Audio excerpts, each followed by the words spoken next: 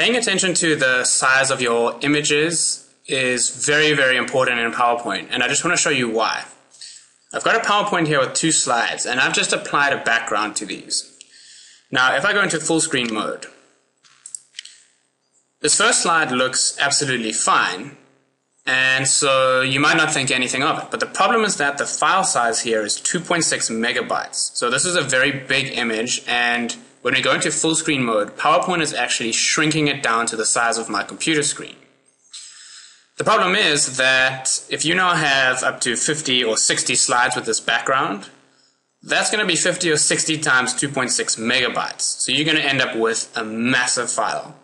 And that has 2 main problems. First of all, Gmail can only handle attachments of up to 20 megabytes, and so it makes it a little bit more difficult to share your file with other people. But the other big problem, and we've all experienced this, when you get towards the end of making your PowerPoint and every time you want to save some changes, you end up spending 3 minutes waiting for that little green bar to finish. And especially if you're working on a PowerPoint that auto-saves, the amount of time you end up wasting just waiting for the file to save can become incredibly frustrating. So that's really something that you want to avoid, and you want to keep your images from being bigger than they actually have to be. The second thing we can see, if we look at the second slide, I'm actually just going to go Format Background, and we can see that I set it to Tile as Picture.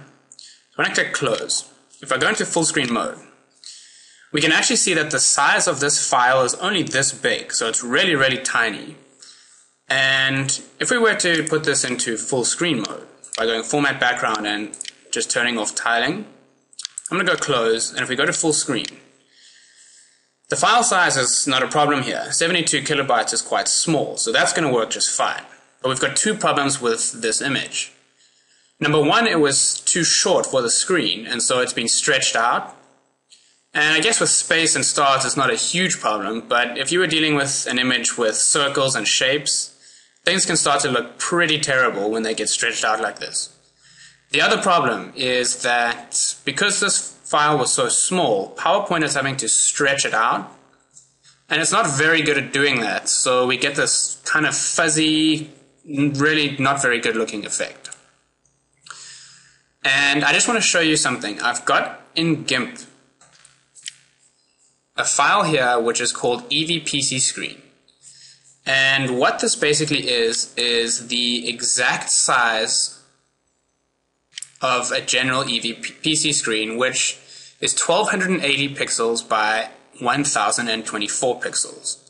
So bear in mind that when you put a PowerPoint into full screen mode on one of these screens, it's going to stretch it out to this exact size.